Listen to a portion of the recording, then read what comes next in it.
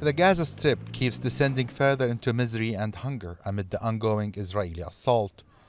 According to agencies, Gazans are only eating one meal every other day, as 83% of required food aid does not make it into the besieged enclave.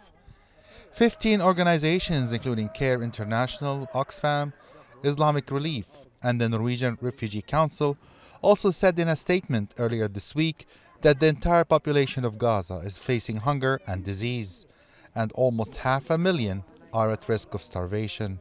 The Al-Fadi family in the southern Gaza Strip town of Khan Yunis is one example out of hundreds of thousands of families suffering because of the war. I can't provide my family with their food or water needs. Securing food for my children is very hard, and my son here has been crying because he was hungry. It is very hard to find a loaf of bread or even some biscuits to have with some tea. Oftentimes we only have one meal every 2 or 3 days, and sometimes I don't even have the money to buy food. We don't have a proper meal every day. On some days, if we're lucky, we have lunch, and other days we only have breakfast or dinner. We're literally fasting for days, and I tell my children to consider themselves fasting because we cannot have a meal every day. And we don't always have cooking gas to prepare our food. The Palestinian NGO network says people are starving due to the shortage of aid, which 100% of the population depends on.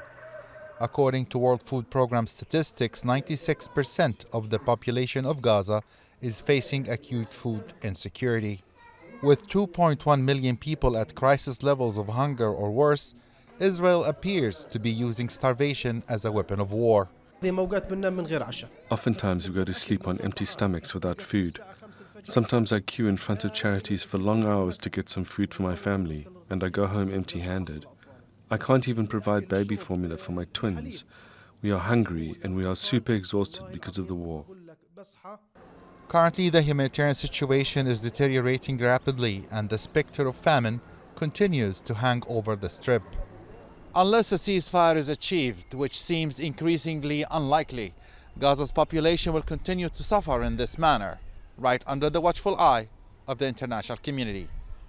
Ashraf Shannon, TRT World, Gaza.